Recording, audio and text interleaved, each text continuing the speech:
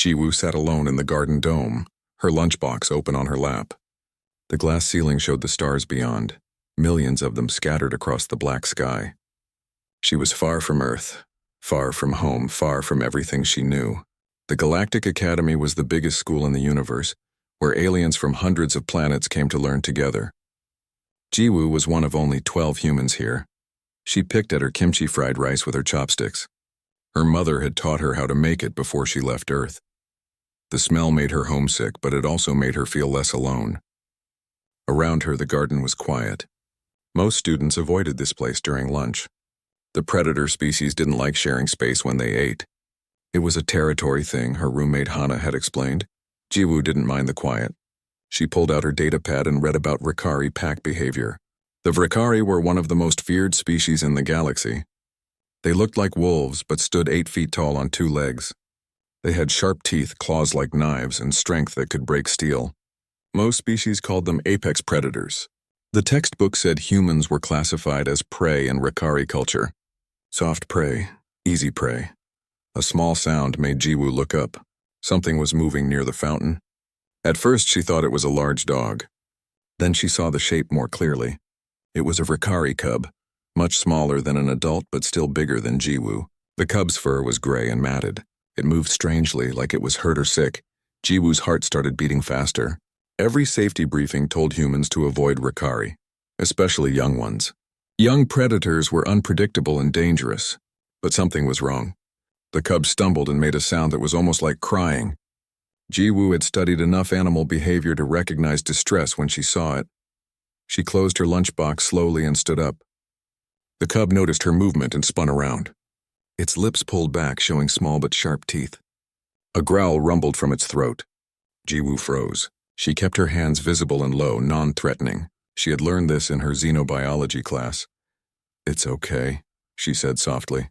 "I won't hurt you." The cub's growl got louder. Its body was tense, ready to run or fight. But Jiwoo noticed something else. The cub's ribs were showing through its fur. Its eyes were dull. This wasn't aggression. This was fear. Fear and hunger. Jiwoo sat down slowly, making herself smaller. She was still several feet away from the cub. She opened her lunchbox again and pushed it gently across the ground toward the fountain. The box slid to a stop halfway between them. "You look hungry," Jiwoo said. Her voice was calm, like she was talking to a scared cat. "I know what it's like to be alone and far from home." The cub stared at the lunchbox. Its nose twitched, smelling the food. Then it looked back at Jiwoo with confusion in its amber eyes. No prey had ever offered it food before. In all its short life, other species either ran away or tried to hurt it. But this human sat there, small and fragile, offering its meal. Hunger won over confusion.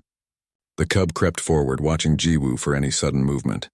When she didn't move, it grabbed the lunchbox with both paw hands and dumped the rice into its mouth. It ate like it was starving, which Jiwoo realized it probably was. She smiled a little, sad that the cub had been so hungry. Then she remembered her emergency protein bar in her bag. She pulled it out slowly, unwrapped it, and held it out. "Here. This too." The cub looked at the bar, then at Jiwoo's face. It moved closer. Close enough that Jiwoo could have touched it. The cub took the bar gently from her hand, careful not to scratch her with its claws. It ate the bar in 3 bites. Then it sat down, staring at Jiwoo like it was seeing her for the first time. "What's your name?" Jiwoo asked. The cub opened its mouth like it wanted to answer. But before it could, a loud voice shouted from across the garden, "Get away from the Alpha's son." A tall Ricari adult rushed into the garden, followed by 2 Academy security guards. The adult was wearing guardian armor and looked terrified. It grabbed the cub and pulled it back from Jiwoo. "Did it hurt you?" one security guard asked Jiwoo. "Did it threaten you?" "No," Jiwoo said, standing up slowly. "He was just hungry. I gave him my lunch." The Ricari guardian made a choking sound. The security guards looked at each other with wide eyes. The cub tried to squirm out of the guardian's arms, making distressed noises. "You touched him?" the guardian asked. "You fed him?" "Yes," Jiwoo said. She didn't understand why everyone looked so shocked. He needed help. More security arrived. They asked Jiwoo hundreds of questions. What did she say to the cub? Why did she approach it? Did she know who the cub was? Jiwoo answered honestly. She saw someone hungry and alone, so she shared her food. That was all. They let her go after an hour, but they warned her strictly to stay away from all Ricari students. Jiwoo walked back to her dorm feeling confused and worried. Had she done something wrong? She had only tried to help. Hana was waiting in their room, her face pale. Jiwoo, I heard what happened. Are you okay? I'm fine, Jiwoo said. I just gave a hungry kid some food. That wasn't just any kid, Hana said. She pulled up a news article on her datapad. That was Thal, son of Alpha Kiran, the leader of the entire Ricari delegation. Jiwoo, you fed the Alpha's son. Do you know what that means? Jiwoo shook her head. Neither do I, Hana admitted. But the Ricari delegation just called an emergency council meeting. Something about ancient protocols and sacred bonds. Jiwoo, I think you might have started a diplomatic incident. That night, Jiwoo couldn't sleep. She kept thinking about the cub, about Thal. He had been so scared and hungry. She wondered if he was okay now, if someone was taking care of him.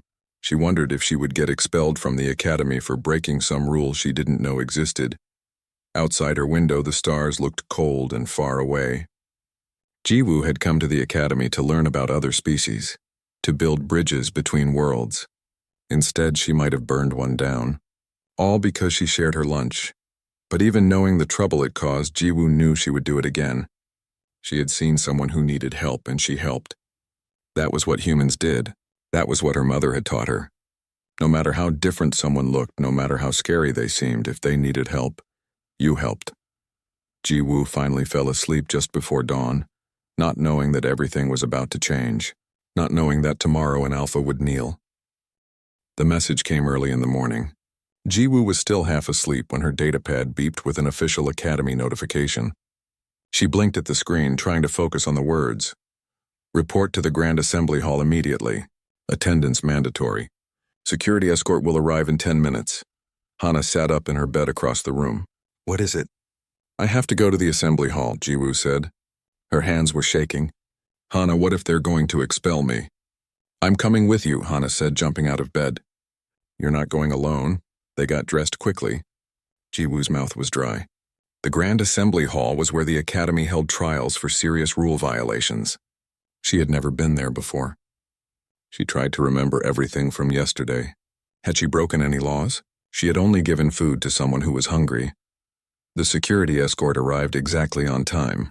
2 guards in white uniforms waited outside their dorm. They weren't Ricari, which Jiwoo found a little comforting.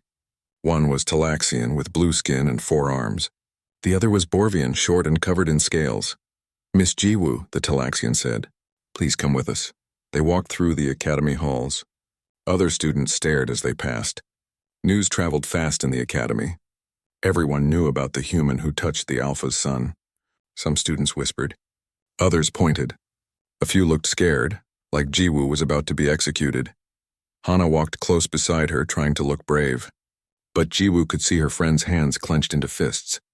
Before they entered the hall, they passed Dex in the corridor. Dex was a Kralix, a reptilian species known for being smart and careful. He was in several of Jiwoo's classes. When he saw her, he rushed over.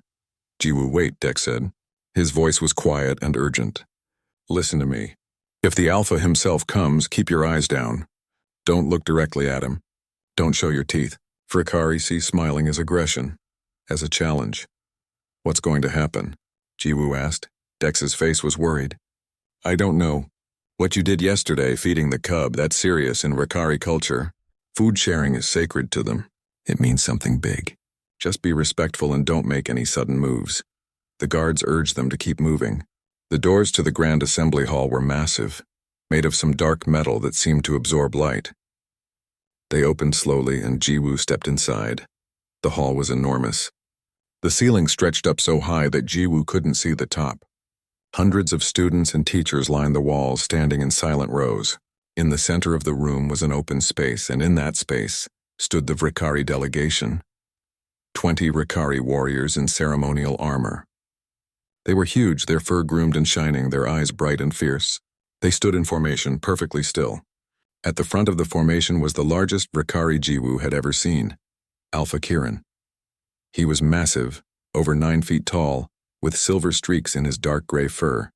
His eyes were like melted gold, bright and intelligent. Scars crossed his arms and chest, marks of battles won. He wore armor decorated with symbols Jiwoo didn't recognize. Everything about him radiated power and danger. Beside him, looking tiny in comparison, stood Thal. The cub was clean now, his fur brushed, his eyes clearer. He wore a small version of the ceremonial armor. When he saw Jiwoo, his ears perked up. Jiwoo's heart was pounding so hard she thought everyone could hear it. She remembered Dex's advice and kept her eyes down. Hana stood beside her, frozen in place. Alpha Kirin stepped forward. His footsteps echoed in the silent hall. Jiwoo could feel every eye on her. She wanted to run. She wanted to disappear. But she forced herself to stand still. Then something impossible happened. Kirin dropped to one knee. The gasp that went through the hall was like a wave. Students and teachers exclaimed in shock. Some of the Rikari warriors looked surprised. The entire assembly seemed to lean forward, unable to believe what they were seeing. An alpha never knelt. Especially not to a prey species. Especially not to a human. Human Jiwoo. Kirin's voice was deep, like thunder rolling across mountains. You fed my son when he starved. You showed him kindness when others showed him only cruelty. You honored him with your food, expecting nothing in return. Jiwoo didn't know what to say. She looked up carefully, meeting Kirin's eyes. They weren't angry. They were something else. Something she couldn't identify. Thal stepped forward too. The cub knelt awkwardly beside his father, copying the alpha's posture. You treated me like pack, Thal said. His voice was young and uncertain, speaking Galactic standard with a heavy accent. When I was nothing, when I was weak. You're not weak, Jiwoo said before she could stop herself. You were just hungry. Kirin's eyes widened slightly. Then something that might have been a smile crossed his face, though it was hard to tell with Rikari expressions. My son had been without food for 2 days, Kirin said, his voice carrying to every corner of the hall. He was bullied by older students from other species. He hid his shame from me, from his guardians, from everyone. He would have suffered in silence as our culture demands. But you saw his pain. You offered him food without hesitation, without fear. Kirin stood and Thal stood with him. The alpha placed one massive hand on his son's shoulder. In Rikari culture, there is an ancient tradition called the ritual of the first meat. When a starving pack member is fed by another, a sacred bond is created. The one who offers food becomes family. They become pack, Jiwoo's mind was racing. I didn't know. I just wanted to help. That makes it more powerful, Kirin said. You didn't act for honor or politics. You acted from compassion. You saw my son not as a predator or a threat, but as a child who needed care. Kirin turned to address the entire assembly. His voice grew louder, more formal. By the old laws, by the sacred traditions of our people, I declare that Jiwoo of Earth has become food mother to my son Thal. She is under the protection of Clan Rikari. Any who threaten her threaten us. Any who harm her will face the Alpha's fangs. This I swear before all witnesses. The Rikari warriors behind him struck their chests with their fists in unison. The sound boomed through the hall like drums. The academy director, a tall Hylian with purple skin, stepped forward. She looked completely shocked. Alpha Kirin, this is unprecedented. Humans and Rikari have never had pack bonds. Are you certain? I am certain, Kirin said. His voice left no room for argument. The director turned to Jiwoo. Do you accept this bond? You should know that pack bonds are permanent in Rikari culture. This is not a small thing. Jiwoo looked at Thal. The cub was watching her with hope in his eyes. She thought about him alone in the garden, scared and hungry. She thought about how he had taken the food so carefully, trying not to hurt her. Is Thal okay? Jiwoo asked. Is he safe now? The question made the entire hall go quiet. The director blinked. Kirin stared at Jiwoo like he was seeing something he had never seen before. You don't ask about the honor, Kirin said slowly. You don't ask about the protection or the political power. You ask about my son. Of course, Jiwoo said. That's what matters. For a long moment Kirin said nothing. Then he knelt again, and this time his warriors knelt with him, 20 massive predators on their knees before one small human. He is safe, Kirin said, and his voice was gentle. Because of you? Jiwoo felt tears in her eyes. She didn't understand all the politics or the culture, but she understood that Thal was going to be okay. That was enough. The ceremony continued with formal words and rituals that Jiwoo barely understood. But when it was over, Thal rushed to her and carefully, very carefully, hugged her legs. His tail wagged slightly. Thank you, the cub whispered. Thank you for seeing me. Hana stood beside Jiwoo, her mouth hanging open. Around them, the assembly slowly dispersed, everyone talking in excited voices. News of this moment would spread across the galaxy. The human who earned a pact bond with the Ricari, the prey who made an alpha kneel. But Jiwoo just knelt down and looked at Thal eye to eye. "You don't have to thank me," she said. "Friends help each other." "That's what we do." Thal's eyes went wide. "Friends?" "If you want to be," Jiwoo said. The cub's tail wagged faster. Yes, I want to be friends." Kieran watched them, and something in his expression softened. The galaxy was about to change, and it started with a simple act of kindness in a garden. The news spread faster than light. Within hours, every major planet in the galaxy knew about the human student and the Ricari Alpha who knelt before her. News stations broadcast the footage from the assembly hall over and over. Political analysts debated what it meant. Scientists studied the implications. On Earth, the human government held emergency meetings. Having a formal alliance with the Ricari was something humanity had never dreamed possible. The Ricari were one of the most powerful predator species, with military strength that could challenge empires. Earth's president called Jiwoo's parents personally to congratulate them. Her mother cried. Her father just kept saying he always knew his daughter was special, but not everyone was happy about the news. The Calreth Dominion, another powerful predator empire, sent a formal complaint to the Galactic Council. How could a weak prey species earn a pact bond? It made no sense. It violated the natural order. The Calreth demanded an investigation. The Sivan Collective, an alliance of prey species, also protested. They accused humans of betraying other prey species by aligning with predators. Some Sivan politicians called humans predator sympathizers and traitors to the hunted. Jiwoo tried to ignore the news and focus on her classes, but it was impossible. Everywhere she went, students stared and whispered. Some looked at her with awe. Others looked angry or confused. A few looked scared. The biggest change was the Ricari warriors. 3 of them followed Jiwoo everywhere now. They waited outside her dorm. They walked behind her to classes. They stood guard while she ate. At first, it made Jiwoo incredibly uncomfortable. She felt like she was being watched every second. "Can't you just, not follow me?" Jiwoo asked one morning. The lead warrior, whose name was Reth, looked offended. "You are Pac. We protect Pac. This is our honor." Hana found the whole situation hilarious once she got over her initial terror. "You have 3 giant wolf bodyguards," she said, laughing. "Do you know how safe I feel now? Our dorm is the most protected room in the galaxy." Thal was a constant presence, too. The cub attended all of Jiwoo's classes, even though he was supposed to be in junior-level courses. He sat on the floor beside her desk, watching everything she did with intense focus.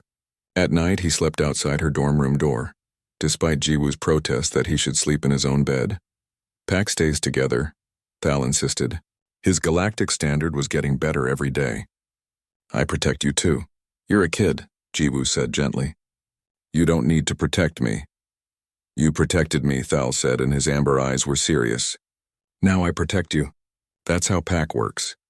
Jiwoo's friend Dex visited often, fascinated by the cultural exchange happening.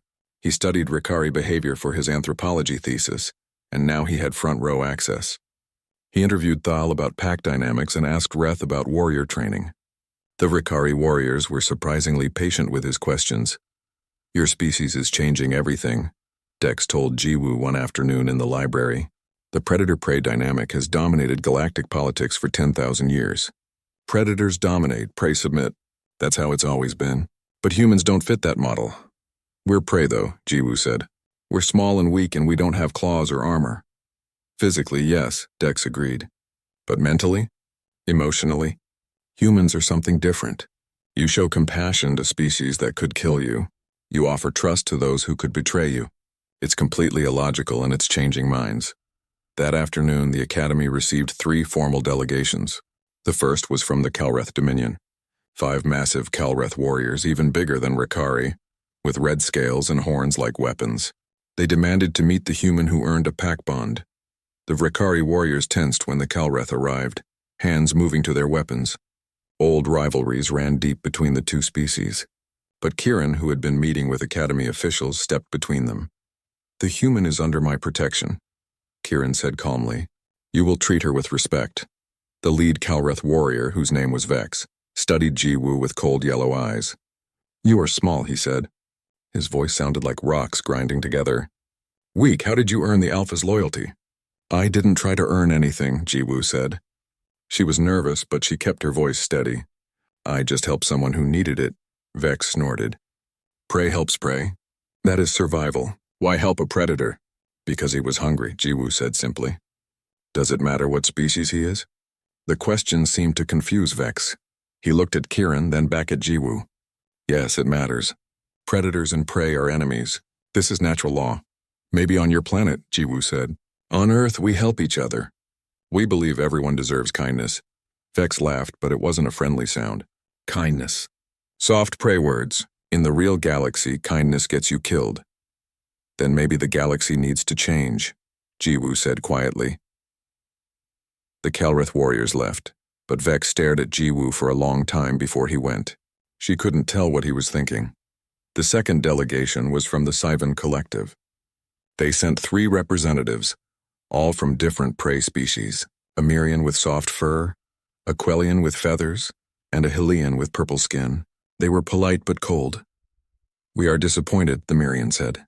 "Humans were supposed to join the Sivan Collective. We thought you understood the struggle of prey species, but now you align with predators." "I'm not aligning with anyone," Jiwoo tried to explain. "I just helped a kid." "That kid will grow up to hunt and kill," the Quellian said. Her voice was bitter. "Frikari have hunted my people for generations. They raid our colonies and take our resources, and now you protect them." Jiwoo felt her face get hot. Tal didn't do those things. He's just a child. You can't blame him for what other Frikari did. "That is naive," the Hylian said. "Predators don't change. They conquer and destroy. That is their nature." "People said humans were too aggressive to join the galactic community," Jiwoo said. "They said we were too violent, too tribal, too dangerous. But we proved them wrong. Why can't other species change too?" The Sivan delegates had no answer for that. They left looking troubled. The third group wasn't a formal delegation. They were students. A small group approached Jiwoo in the cafeteria that evening. There were 5 of them, all from different prey species: a young Mirian, 2 Quellians, a Borvian, and a Hylian. They looked scared but determined. "We want to thank you," the young Mirian said quietly. "I've been bullied by predator students since I arrived. They take my food, push me in halls, call me weak. But today a Calreth student who used to bully me apologized. He said if you could earn respect from an alpha, maybe prey species deserve respect too." The Quellian nodded. "Things are changing. Students are talking. Maybe predators and prey don't have to be enemies." Jiwoo felt tears in her eyes again. "I just wanted to help. I didn't mean to start anything big." "That's what makes it matter," the Hylian said. "You didn't help for power or politics. You helped because it was right. That gives the rest of us hope." After they left, Thal, who had been listening quietly, looked up at Jiwoo. "Are you okay?" "I'm overwhelmed," Jiwoo admitted. "I don't know if I can live up to what everyone expects." "You already are," Thal said. "You're just being you." That night, Kieran visited Jiwoo's dorm. It was highly unusual for the Alpha to come to student housing, but he insisted. Reth and the other warriors gave him privacy while he spoke with Jiwoo in the common room. Hana politely went to her bedroom, though Jiwoo suspected she was listening at the door. "The Galactic Council wants you to speak," Kieran said. "They're holding a special session about interspecies relations. They want to hear from you." "Me?" Jiwoo's voice squeaked. "I can't speak to the whole council. I'm just a student." "You're more than that now," Kieran said. "Whether you wanted it or not, you've become a symbol. The human who bridged species. The prey who earned a predator's loyalty." "I don't want to be a symbol," Jiwoo said. "I just want to go to class and learn and make friends." Kieran was quiet for a moment. "My son was being bullied because he is small for his age. Weak by Vrikari standards. I didn't know. He hid it from me, ashamed. In my culture, weakness is shameful. The strong survive, the weak are culled. That is our way." He looked at Jiwoo with those golden eyes. "But you saw my son's weakness and you didn't despise him. You helped him. You showed me that maybe our way is not the only way. Maybe there is strength in compassion too." "I think there is," Jiwoo said. "On Earth we have a saying, we're stronger together than apart." "Then perhaps you should share that with the council," Kieran said. "Not as a symbol, as a teacher." Before Jiwoo could respond, alarms blared through the academy. Emergency lights flashed red. An announcement echoed through the halls. All students report to emergency shelters. This is not a drill. Hostile fleet approaching the station. Kieran was on his feet instantly. Stay here. Reth and his warriors will protect you. What's happening? Jiwoo asked, her heart racing. Kieran's face was grim. The Kalrith. They're not satisfied with words. They're here to prove that prey doesn't deserve respect. The hostile fleet turned out to be a false alarm. It wasn't an invasion. Just 3 Kalrith ships arriving without proper clearance codes. But the tension at the academy remained high for days afterward. Everyone was on edge, waiting for something to happen. Then the academy director announced the proving. Every year, mixed species teams compete in a survival challenge, the director explained in the assembly hall. It's a tradition meant to build cooperation between species. This year, given recent events, the council has decided to make it mandatory for all senior students. Jiwoo's stomach sank. She wasn't a senior student, but she had a feeling she would be included anyway. She was right.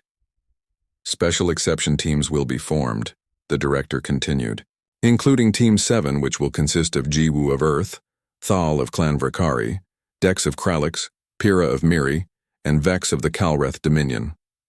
The hall erupted in shocked whispers. Vex, the Kalreth warrior who had questioned Jiwoo, had specifically requested to be on her team. When Jiwoo saw him across the hall, he was staring at her with an unreadable expression. This is bad, Dex said quietly beside her. Vex is testing you. He wants to prove humans are weak. Then I'll prove him wrong, Jiwoo said, trying to sound more confident than she felt. Thal's tail was bristling. If he tries to hurt you, I'll fight him. You will not, Kieran's voice came from behind them. The Alpha had been standing in the shadows. This proving is a test of cooperation, not combat. Jiwoo must show leadership without violence. Can you do this? Jiwoo nodded, though her hands were shaking. I'll try. The teams were given 3 days to prepare. They would be dropped on Theta 9, a moon known for its deadly environment. Extreme temperature swings, carnivorous plants, and territorial megafauna. Teams had to retrieve a beacon from the planet's core and return to the extraction point within 72 hours. Many teams failed every year. Some didn't return at all. Jiwoo met her team in the preparation room. Dex she knew well. They had studied together many times. Thal was basically her shadow at this point, but the other 2 were strangers. Pyrrha was a young Mirian, barely past adolescence. She had soft brown fur and large, frightened eyes. She was tiny, even smaller than Jiwoo. She kept her distance from Thal, clearly terrified of the Vrakari cub. Vex was enormous. Even for a Kalreth, he was huge, standing over 10 feet tall with red scales that looked like armor. His horns were scarred from battles. When he looked at Jiwoo, his yellow eyes showed only contempt. So, Vex said, his voice like grinding stone, the weak human will lead us. This should be entertaining. I don't want to lead, Jiwoo said. We should work together. All of us, Vex laughed. Prey doesn't lead. Predators lead. That is natural law. Then why did you ask to be on my team? Jiwoo asked. Vex's smile showed too many teeth. To prove a point. When you fail, when you get yourself killed because you're too weak to survive, the galaxy will see. Humans are prey, nothing more. Thal growled, but Jiwoo put a hand on his shoulder. I won't fail, she said quietly. And I won't leave anyone behind. That's a promise. We'll see, Vex said. They were transported to Theta 9 the next morning. The dropship left them at the edge of a massive jungle. The air was hot and humid, making it hard to breathe. Strange sounds echoed through the trees. Animal calls unlike anything on Earth. The ground was covered in plants that seemed to move on their own. The beacon is 15 kilometers that way, Dex said, checking his scanner. Through the jungle, across a canyon, and into the cave systems. Then let's move, Vex said, pushing past them. Follow me. They walked for 2 hours. Vex led from the front, moving fast and not checking if the others could keep up. Pyrrha struggled with the pace, her small legs working twice as hard. Jiwoo stayed close to her, helping her over fallen logs and rough terrain. Thank you, Pyrrha whispered. I shouldn't be here. I'm not strong enough for this. You're stronger than you think, Jiwoo said. Suddenly Dex held up a hand. Stop, something's ahead. They had reached a clearing. In the center was a massive creature, easily 20 feet tall. It looked like a cross between a bear and an insect, with thick armor plates and mandibles that could crush steel. It was blocking their path. A theta beast, Dex breathed. Territorial predator. Extremely aggressive, Vex grinned. Finally something interesting.